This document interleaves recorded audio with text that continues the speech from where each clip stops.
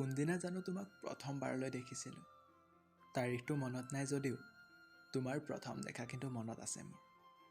আমাৰ ছেকশ্যন বেলেগ হোৱাৰ বাবে তোমাক বেছি সময় দেখা নাপাওঁ।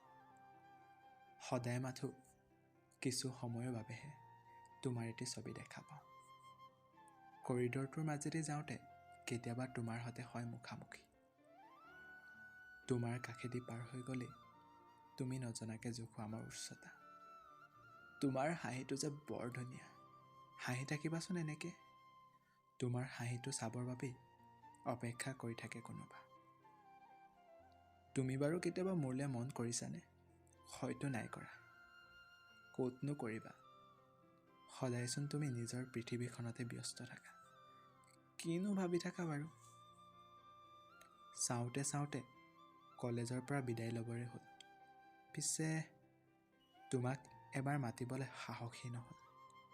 হয়তো ইমানেই আছিল আমাৰ এই অধ্যায়, য'ত তুমি মোৰ বাবে চিনাকি যদিও মই তোমাৰ বাবে চিৰদিন এজন অচিনাকি।